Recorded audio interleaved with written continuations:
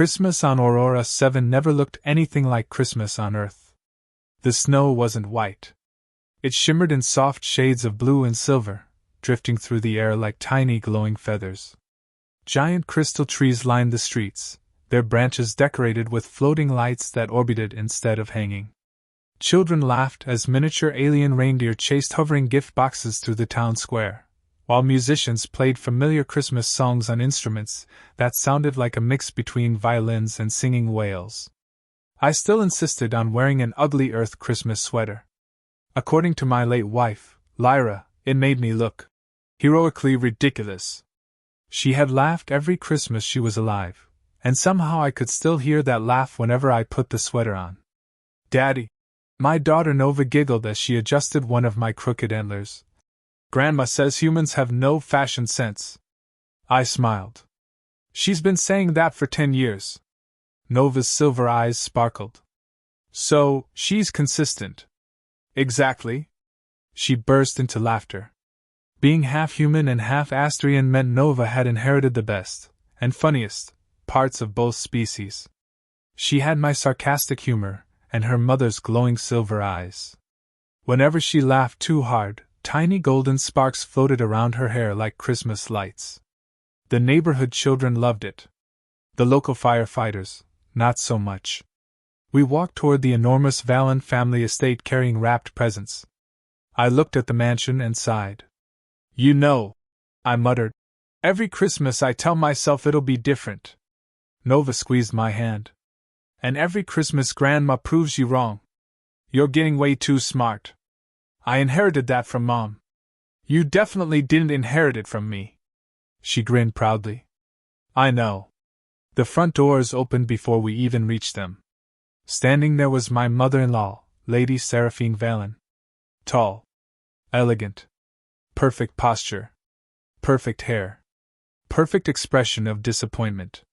She looked me up and down before focusing on my sweater. You're actually wearing that. It's festive. It is a crime against eyesight. Nova whispered loudly enough for everyone to hear. See? Consistent. Several cousins immediately started laughing. Even I couldn't help smiling. Seraphine glared at the room. No one encourages the human. I prefer favored human, I replied. You are also the only human here. I'll take the title. She rolled her glowing purple eyes. I miss when my daughter had standards. The word stung. Not because she'd insulted me. Because she'd mentioned Lyra. It had been 4 years since the accident. 4 years since the transport shuttle malfunction had stolen the love of my life. Some days I still reached across the bed expecting her warm hand. Instead, I found silence. Nova looked at me. She knew. She always knew. Without saying anything, she slipped her little hand into mine. It was exactly what her mother used to do. The dining hall glittered with decorations from dozens of worlds.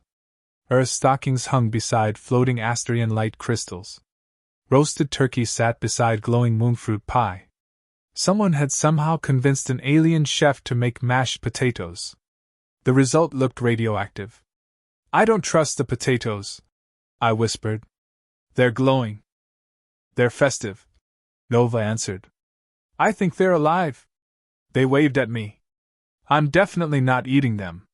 Across the table, Uncle Voron proudly announced he had personally cooked them. I can hear you. I smiled politely. I said they looked energetic. They are infused with quantum vegetables. I have no idea what that means.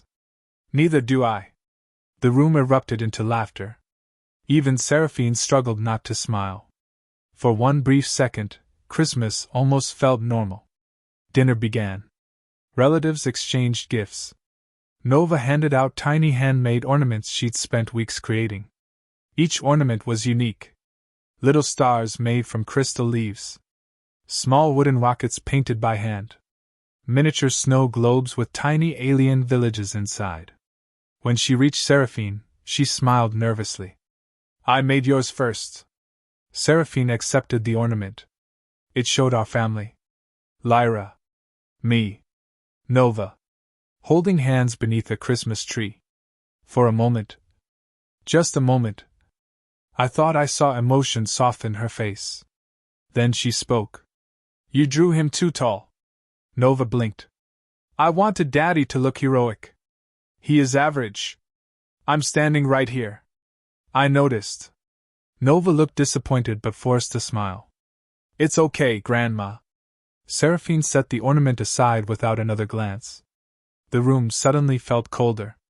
One cousin quickly changed the subject. So, Daniel, are you still repairing colony transports? I am. I heard you saved another cargo ship. It was mostly luck. Lucky humans, Seraphine muttered. They trip over success. I also trip over furniture. That I believe. Laughter spread again. I laughed too. There was no point fighting every insult. Lyra had always told me something. When people are determined to misunderstand you, let them get tired first.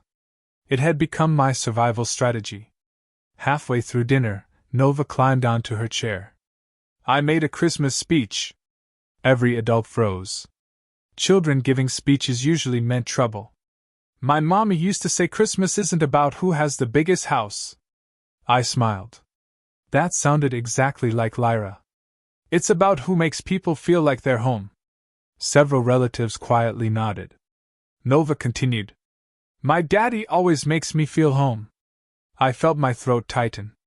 He makes breakfast even when it burns. A few people chuckled. He sings even though he can't. More laughter. He hugs really good. I looked down before anyone noticed my eyes watering. And Mommy always said Grandma had the biggest heart. Silence. Every eye turned toward Seraphine. Nova smiled hopefully. So, I made this family picture because I thought maybe our family could all be together again. She held up another drawing. Our entire family stood around one enormous Christmas tree. Even Seraphine was smiling in the picture. Instead of thanking her, Seraphine stood. What nonsense! Nova lowered the drawing. You continue filling this child with human fantasies. I slowly stood. Seraphine. No. Her voice echoed through the room. My daughter should have married an Astrian. A few relatives shifted uncomfortably. Instead, she chose a human mechanic. I chose her too. And look where that choice led. The words hit harder than the slap that followed. Her hand struck my face so suddenly the room gasped. The sound echoed through the dining hall. Nobody moved. Nobody spoke. Nova stared in horror. Seraphine pointed toward the door. I tolerated you while my daughter lived. Her voice trembled with years of buried resentment. But every time I see you, I remember what she threw away. I looked directly into her eyes. I loved your daughter. You stole her future. No. I will not spend another Christmas pretending you belong here. Then she shouted the words that froze every person in the mansion. Take your daughter and get out. Neither of you belongs in this house. The silence afterward felt endless. Nova slowly climbed down from her chair. She didn't cry. She simply walked over and slipped her small hand into mine. Her tiny fingers squeezed tightly. I'm okay, Daddy. I wasn't sure I believed her. Without another word, I picked up our coats. I ignored the stares. Ignored the whispers. Ignored the relatives too shocked to react. Just before we reached the door, Nova quietly turned back toward the dining room. Merry Christmas, everyone. No one answered. The great doors closed behind us. Blue snow drifted across the night as father and daughter stepped into the freezing cold, leaving the warmth of the mansion behind, unaware that before Christmas dinner was over, a secret buried for years would change that family forever. The icy wind greeted us like an old friend the moment we stepped away from the mansion. Behind us, the grand estate glowed with warm golden lights, while ahead stretched the lively streets of Aurora 7, filled with music, laughter, and glowing blue snowfall. It was strange how Christmas could feel magical and heartbreaking at the same time. Nova looked up at me with those silver eyes that were so much like her mother's. Daddy? Yeah? Does getting kicked out mean we skip dessert? I blinked. That's actually your first concern? She shrugged. I've been thinking about Grandma's cinnamon moon pie all day. Despite everything, I laughed. You inherited your priorities from your mother. Mom always said you can solve most problems with dessert. She wasn't always wrong. Nova smiled, pleased that she'd managed to make me laugh. That was Lyra's gift too. Whenever life became impossible, she somehow found something ridiculous enough to remind everyone that happiness wasn't gone, it was simply hiding.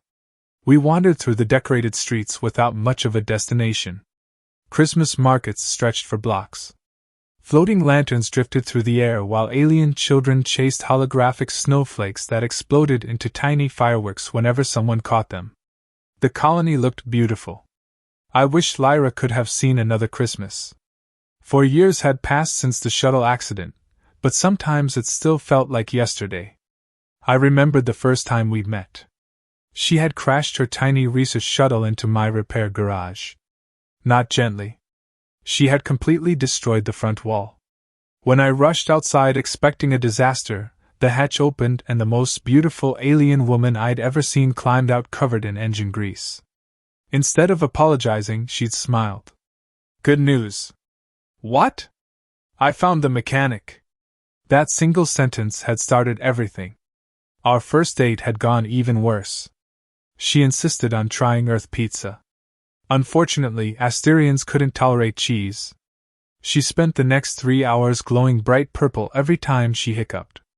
I laughed so hard that she threatened to marry me out of spite. 3 months later. She actually did? Nova interrupted my thoughts. You're smiling. I was remembering your mom. The pizza story? How did you know?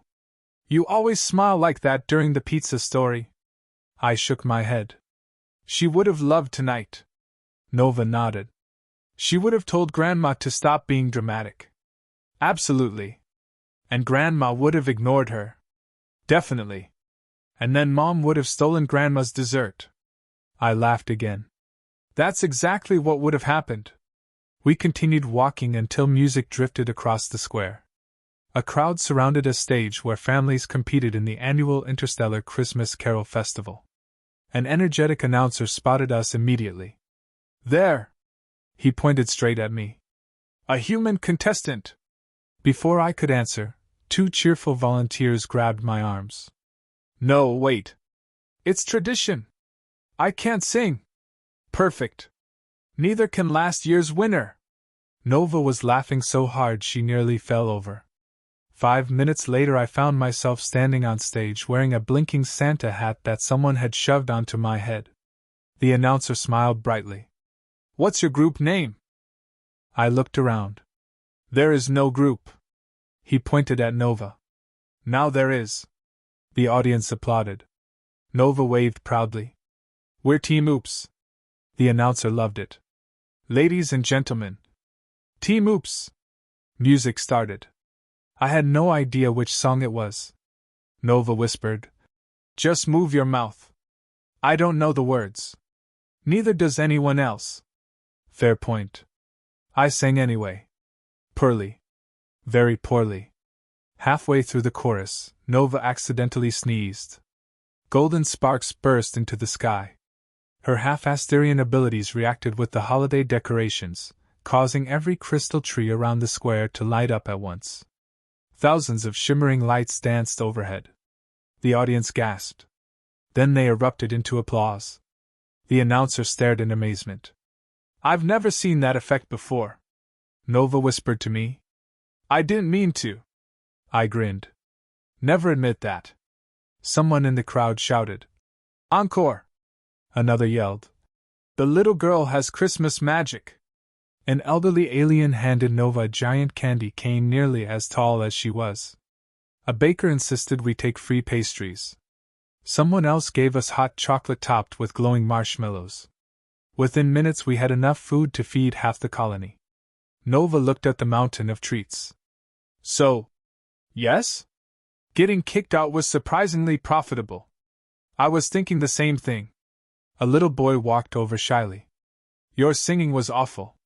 I know. But your daughter smiled the whole time. I looked at Nova. She was laughing with children she'd never met. Maybe Lyra had been right all along. Kindness traveled farther than pride ever could. As the celebration continued, snow drifted gently around us. Nova climbed onto a nearby bench. Daddy? Do you think Mom can see Christmas from the stars? I looked toward the glowing night sky. I think she's laughing at my singing. Nova giggled. She definitely is. Back at the Vallon estate, however, laughter had disappeared. The dining room remained tense. Several relatives pushed their untouched food around their plates. Finally, Uncle Voren broke the silence. You shouldn't have done that. Seraphine didn't even look up. I protected this family's dignity. You slapped the father of your granddaughter. He never belonged here. A cousin folded her arms. Lyra loved him. My daughter made mistakes. Another relative sighed heavily. The only mistake tonight was yours. Seraphine's face hardened. I will not apologize. Just then the enormous front doors opened. An elderly man wearing formal legal robes entered carrying an elegant silver case. Every conversation stopped immediately. One cousin whispered, "That's grandmother's attorney." The lawyer removed his gloves calmly. "Good evening." Seraphine frowned. "This is hardly the time." "I'm afraid it is exactly the time." He placed the silver case on the table. "I have been instructed to open these documents on this specific Christmas evening." The room fell silent. "They are the final legal instructions of Lady Evelyn Vallon." Even Seraphine looked surprised. "My mother never mentioned any documents. She wasn't supposed to." The lawyer unlocked the case. Inside rested several sealed envelopes bearing the late grandmother's royal crest. He checked the first instruction carefully before looking around the room. "I regret that I cannot proceed." "Why not?" Seraphine demanded. He folded the document neatly. "The instructions are very clear." He looked directly at her. "Every direct member of the family must be present before the final will is read." His eyes moved toward the empty chair where I had been sitting. "And that includes your son-in-law, and your granddaughter." The cheerful atmosphere of Christmas had completely vanished. For the first time that evening, Seraphine's confident expression began to crack. She stared silently at the empty chair where Nova's handmade ornament still rested beside an untouched plate, and somewhere deep inside, a feeling she had refused to acknowledge all night quietly began to grow. The lawyer's words echoed through the silent dining hall. "Every direct member of the family must be present." Nobody moved. Nobody spoke. Every pair of eyes slowly turned toward the empty chair where Nova had been sitting only an hour earlier. The little handmade ornament she had given her grandmother still rested beside the untouched plate. Its tiny painted family smiled forever from inside the crystal globe. Seraphine looked away first. "They've already left." The lawyer calmly adjusted his glasses. "Then someone should invite them back." "They were told to leave." "I am aware." "No." His voice remained polite but firm. "I did not say order them back." He looked directly at Seraphine. "I said invite them." Several relatives exchanged nervous glances. Finally, Uncle Voren stood. "I'll find them." "I'll come too," another cousin said. Within minutes, half the younger relatives had scattered across Aurora 7, searching every Christmas market, cafe, and public square. Meanwhile, the lawyer quietly sipped his tea. He appeared to have all the patience in the galaxy. Seraphine folded her arms. "My mother always loved dramatic entrances." The lawyer smiled. "Actually," he glanced at the sealed envelope, "this is her dramatic exit." Nearly an hour later, the mansion doors burst open. Nova rushed inside, first carrying 3 enormous candy canes, 2 glowing balloons, and enough Christmas pastries to stock a bakery.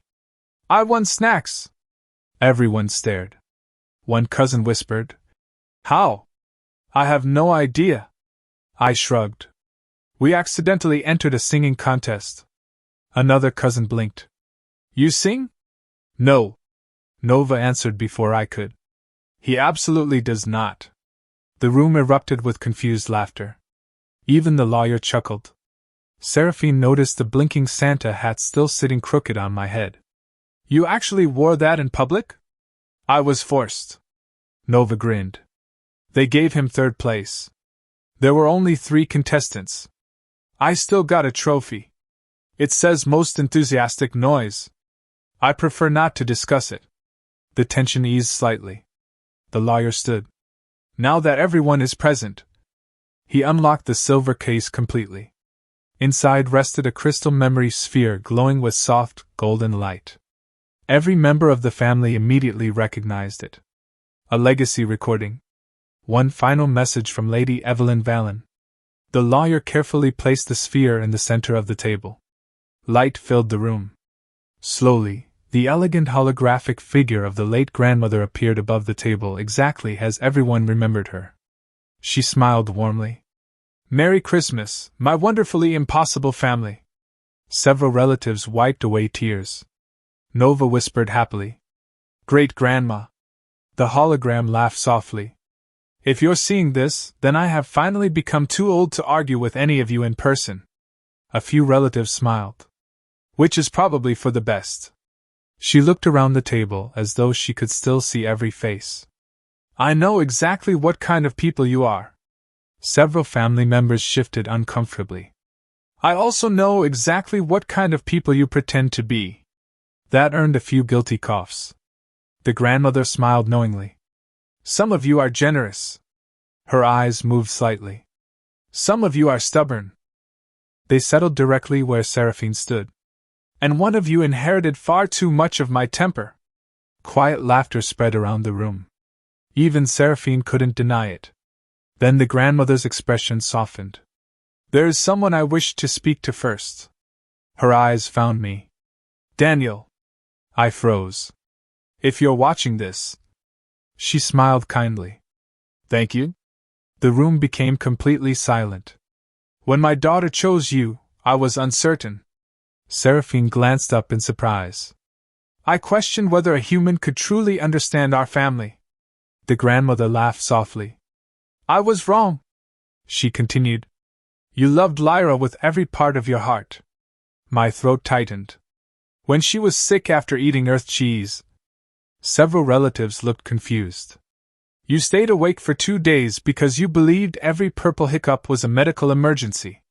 The room burst into laughter. Nova covered her face. I told you Mom glowed purple. The hologram smiled. When Lyra lost her first research grant, you secretly repaired 50 transport engines through the night just to replace every credit she had lost. Nobody in the room had known that. When Nova was born, the grandmother looked toward my daughter. You learned our language before she spoke her first word because you wanted her to know both halves of herself. Nova quietly slipped her hand into mine again. The hologram continued. After my daughter died, even the room itself seemed to grow quieter. You never blamed anyone. You never abandoned your child. You never asked our family for money. You simply kept loving her. I lowered my head. I couldn't look at anyone anymore. The grandmother smiled gently. My son-in-law. She paused.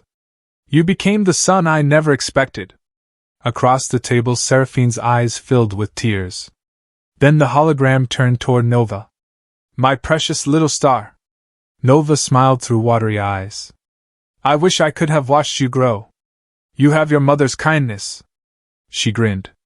And your father's terrible singing. The room laughed again. Nova nodded proudly. He really is awful. I know. The grandmother winked. I heard him once. Everyone laughed, including me. Then her expression became serious. Now we come to my final decision. The lawyer opened the last sealed envelope. This document has already been registered under interstellar law. He unfolded it carefully. The grandmother spoke. For many years I watched this family. I watched who valued love. And who valued ownership. She looked around slowly. I discovered those are rarely the same people. The lawyer began reading aloud. By my final will and testament. Every heartbeat seemed to stop. I leave the Valen estate. Several relatives leaned forward. The ancestral Christmas mansion. More silence. All surrounding land. Someone gasped. Our family investments. Another relative nearly dropped a glass. Our archives. Our heirlooms. And every legal right attached to the Vallon legacy. The room held its breath. To my great-granddaughter, Nova.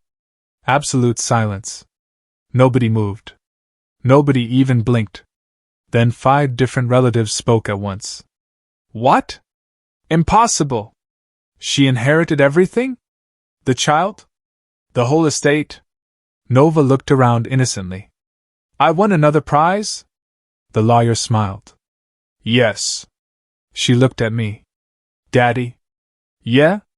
Are we rich? I honestly don't know. Uncle Voren leaned over. You own this house. Nova blinked. This giant house? Yes. She looked around the enormous mansion.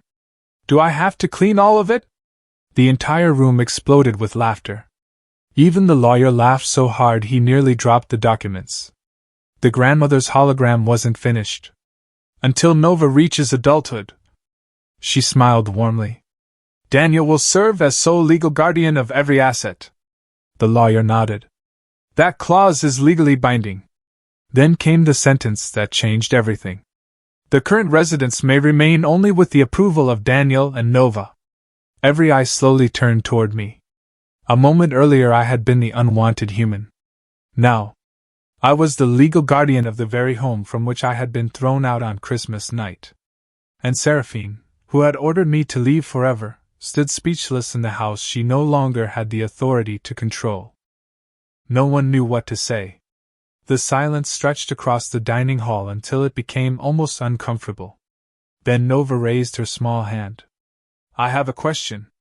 The lawyer smiled kindly. Of course. If I own the house. Yes? Can I finally have a puppy? The room burst into laughter. One cousin nearly choked on his drink. Another leaned against the wall laughing so hard he couldn't breathe. The lawyer cleared his throat. Technically. Everyone waited. That would now be your decision. Nova threw both hands into the air. Best Christmas ever! Even I couldn't stop laughing. The heavy tension that had filled the mansion moments earlier finally cracked. Only one person wasn't laughing. Seraphine.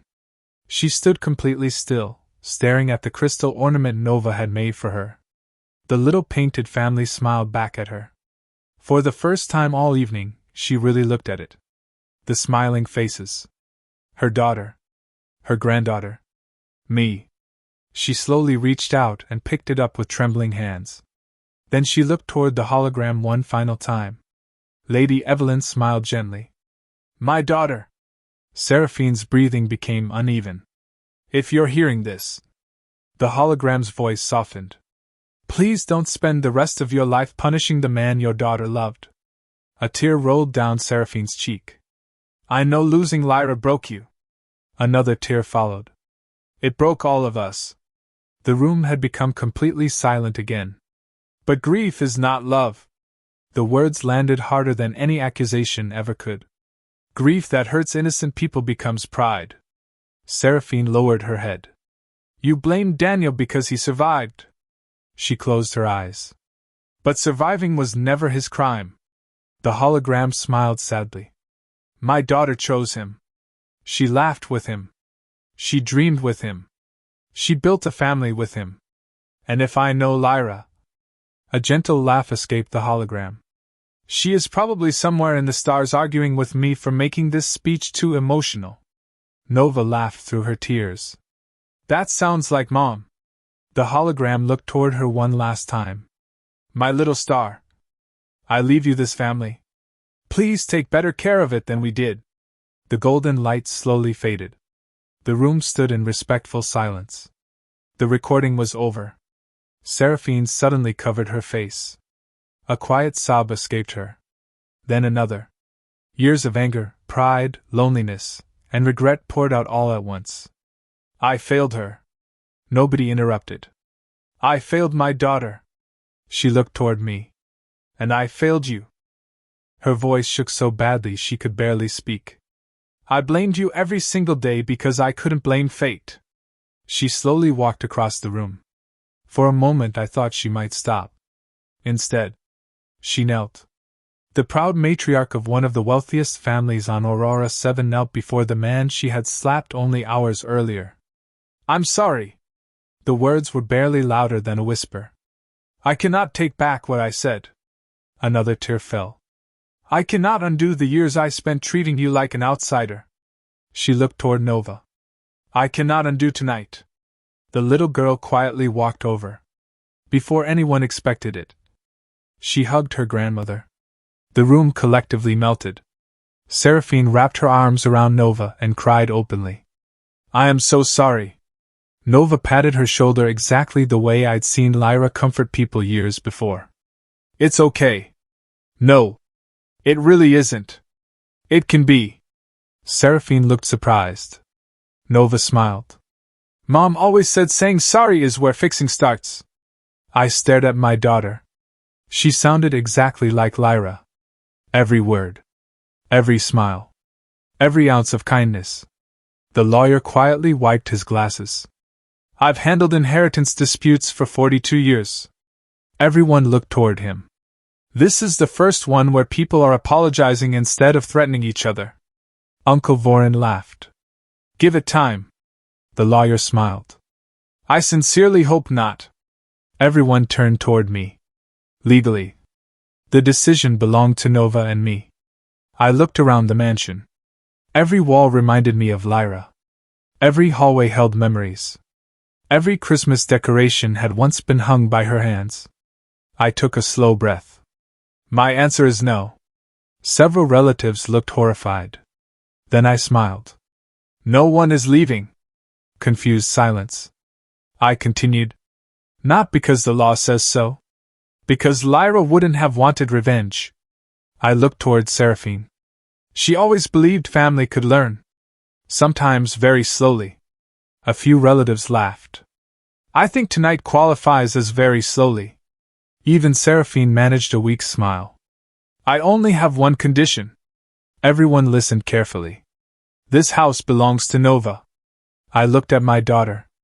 "And every person who lives here treats every other person with kindness." Nova immediately added another rule. "And nobody makes fun of Daddy's sweaters." Several cousins nodded seriously. "Agreed." "And nobody says humans can't cook." Uncle Voren coughed. "Fair." "And Grandma has to eat breakfast with us every Saturday." Seraphine blinked. "Every Saturday?" Nova nodded. "So we stay family." Fresh tears filled Seraphine's eyes. "I would like that very much." Dinner resumed almost awkwardly. Only now everything had changed. The same relatives who had ignored me earlier suddenly rushed to pull out my chair. One cousin offered me the biggest slice of roast bird. Another insisted I take the first serving of dessert. Someone even complimented my Christmas sweater. I narrowed my eyes. "You people are terrible liars!" The table erupted with laughter. Uncle Voren held up the glowing mashed potatoes. "Daniel! No! You haven't even tasted them." They winked at me. "They're friendly potatoes. They're judgmental." Nova poked one with a spoon. "I think this one blinked." The entire family laughed again. Even Seraphine laughed so hard she nearly spilled her tea. For the first time in years, the sound didn't carry bitterness. Only warmth. As dessert arrived, Nova climbed onto the largest chair at the head of the table. Someone had placed a ridiculous oversized Christmas crown on her head made from silver tinsel and glowing ornaments. She crossed her arms proudly. "I have an announcement." The room instantly became quiet. "As owner of this house," she paused dramatically, "I declare unlimited cookies for everyone." Cheers filled the mansion. The lawyer applauded. "I fully support this leadership." "And tomorrow," Nova continued, "we're inviting the neighbors. And the people from the singing contest. And anyone who doesn't have somewhere to celebrate Christmas." I smiled. That was Lyra again. Always making room for one more person. Always believing a bigger table solved most problems. Late that night, after the laughter settled and the family gathered around the enormous crystal Christmas tree, I stepped onto the balcony. Blue snow drifted gently beneath a sky filled with stars. One star seemed brighter than the rest. I smiled toward it. You were right, Lyra. You always were. Behind me I could hear Nova laughing with her grandmother while the rest of the family argued over whose turn it was to wash the dishes. Somehow, even that argument ended in laughter. The mansion no longer felt divided. It felt like home. And on that unforgettable Christmas, the greatest gift wasn't the inheritance, the mansion, or the family fortune. It was discovering that love could outlast grief, forgiveness could outshine pride, and one little half-human, half-alien girl had inherited something far more valuable than a house. She had inherited the heart that brought an entire family back together.